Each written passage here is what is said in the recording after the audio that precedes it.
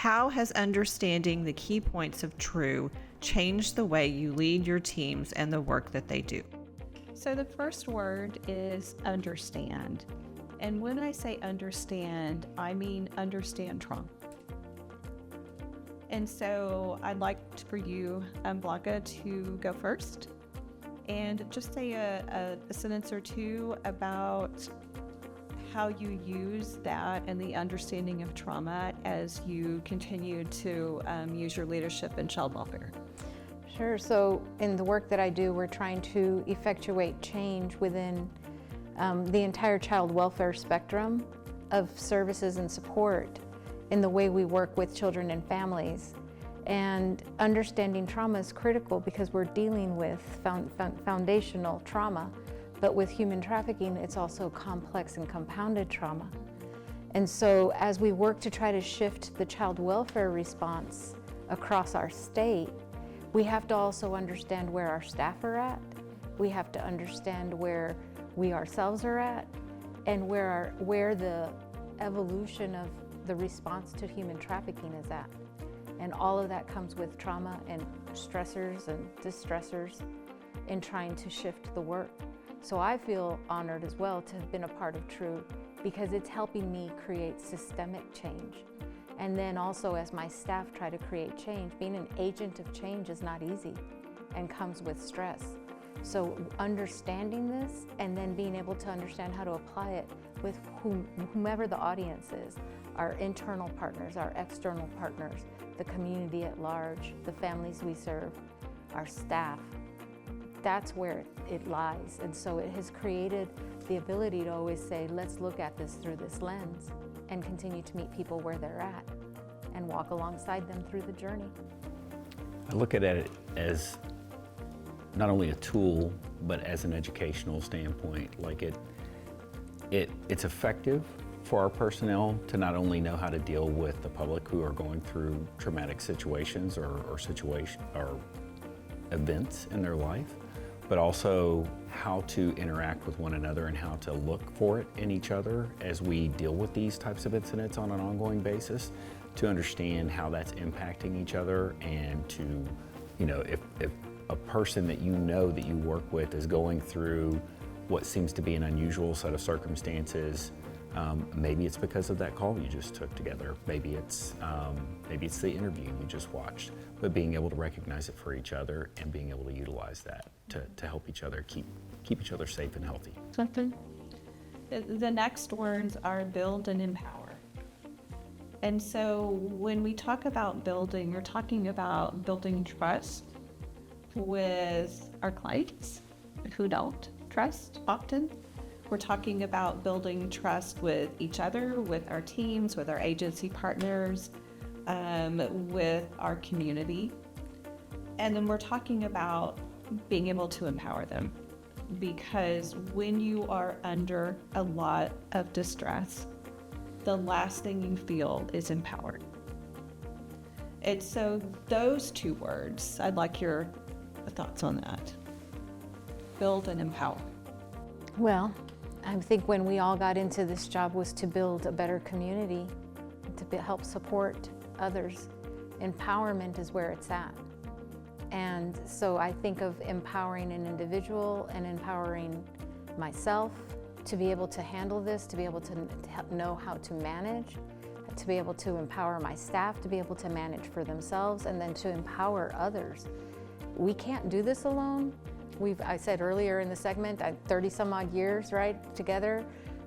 We have to plant seeds, and in that comes with empowerment. And the more empowered someone feels, the more they'll self-regulate and be able to apply the principles in a larger and broader capacity. This is not limited to just working with those that we're intersecting with, but in every interaction, professionally and personally, definitely. Yeah, and I think it really forms the foundation of the collaboration that is the Travis County Child Protection Team. Being able to work together in the way that we do on these very difficult cases, and being able to empower each other. I look at it as building not only some concepts and skill sets for them to be able to utilize to do their job, but also in building an environment that makes it okay for them to make some mistakes, to learn from it, and to get better and to become professionals on every aspect of doing their job as they progress in their careers. I also look at it as empowering them and trusting them that we've given them the right tool sets and that they're able to and very capable of utilizing them and looking out for one another and communicating what issues might arise up through their chain, up through their supervisors, so that they know, hey, I'm experiencing these things, or I've got these difficulties, and here's what I need in the way of support or help, whether it be with the case or how they're coping with the case. So the next word is disseminate. Dissemination is very important because one of the things that happens, and particularly in the world of trauma, is people use all kind of different random words that mean different things to different people in whatever context and however they say it. And so part of the dissemination is really being able to have the same language, use the same words, and understand in a similar way. And so how do you use disseminate in your leadership roles? I think it's consistency in that language, because you have the foundational language. Then if the person doesn't understand the word, then you can help to clarify and cascade it.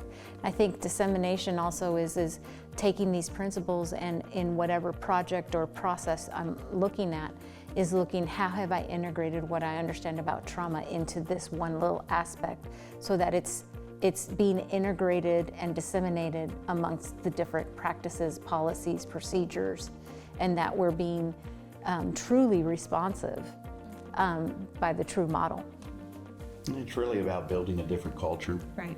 It changing it up. You know, when I look at just the culture of the center and the team 10 years ago versus now, it's very different.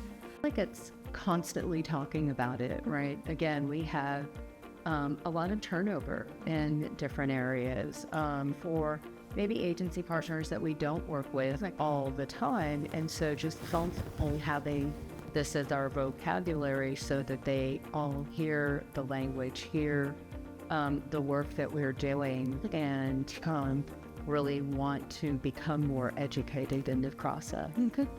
I think it's something that is game-changing, not just at the detective level for child abuse, but something that is a tool that realistically our whole department can benefit from, and that's both our sworn and our civilian staff, our victim services, our administrative folks who handle a lot of the clerical and data stuff. They're looking at these things too, and it impacts them as well.